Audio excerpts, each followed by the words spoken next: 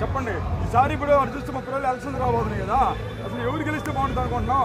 మళ్ళీ ఈయనే గెలుస్తాడు, జగనే గెలుస్తాడు. జగనే గెలుస్తాం అంత గట్టిగా చెబుతున్నాం.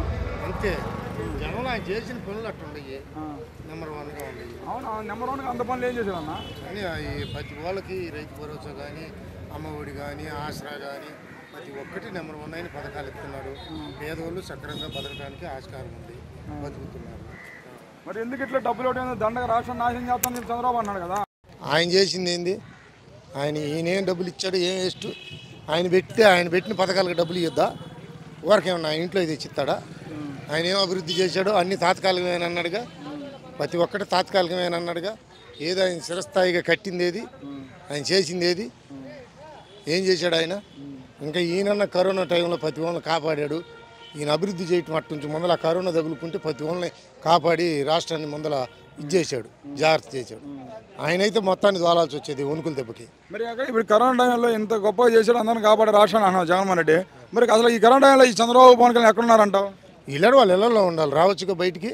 యాడ్ మీటింగ్ పెట్టారు, యాడ పెట్టి ఎవరిని ఓదార్చారు? జనం కుప్పలుగా చచ్చారు మన రాష్ట్రంలో. ఎవరినన్నా ఒక్కరినన్నా కానీ పరామర్శించారా? ఒక్కరిని కాదు ఒక్కరినన్నా అయ్యా ఎట్టుంది, ఎంతమంది చచ్చిపోయారు ఏందని?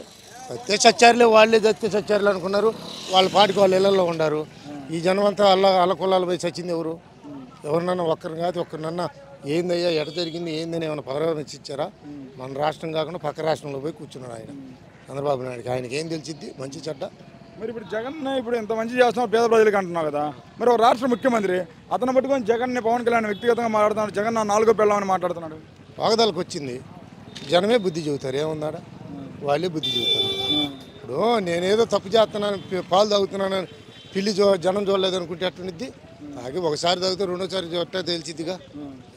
మరి ఇప్పుడు ఆ జగన్ ఒక్కడు అటు చూస్తే అన్ని పార్టీలు కలిసి వస్తున్నాయి, ఓడిస్తూ ఉన్నారు. 100 మంది రావచ్చు, ఉపయోగం ఏముంది? జనం ప్రజలను తీర్పు అది. వాళ్ళకి ఎవరికి మంచి అనిపిస్తే వాళ్ళు పక్క ఉంటారు ప్రజలు. జనం అయితే జగన్ అంటే ఉన్నారంట తప్పకుండా.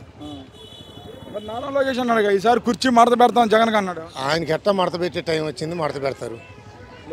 లోకేష్కి ఎట్టా మడత పెట్టే టైం వచ్చింది, మడత పెడతాడు. మైండ్ పోయి ఏదేదో మాట్లాడుతూ ఉండరు, మైండ్ పోయి మాట్లాడటమే. ఆయన 14 సంవత్సరాలు ముఖ్యమంత్రిగా చేశానని నేనేదో చించానని చెప్పాడు. ఏం చేశాడు?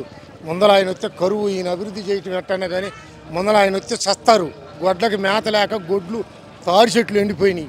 ఈయన వస్తే వర్షాలు పడి ఖమ్మంగా తలా పిడికి బియ్యం పడుతున్నాయి తింటున్నారు. వాడు వస్తే కరువు వచ్చి చస్తారు. భూమి బద్దలుగా పగిలిపోయింది. మా ఏరియాలో తాడి చెట్లు తాటి వనువులే ఎండిపోయినాయి శుభ్రంగా,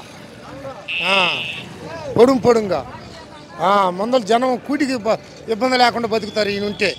ఆయన ఉంటే చెరువుల్లో ముడి కడుక్కొని కూడా నీళ్ళు ఉండవు.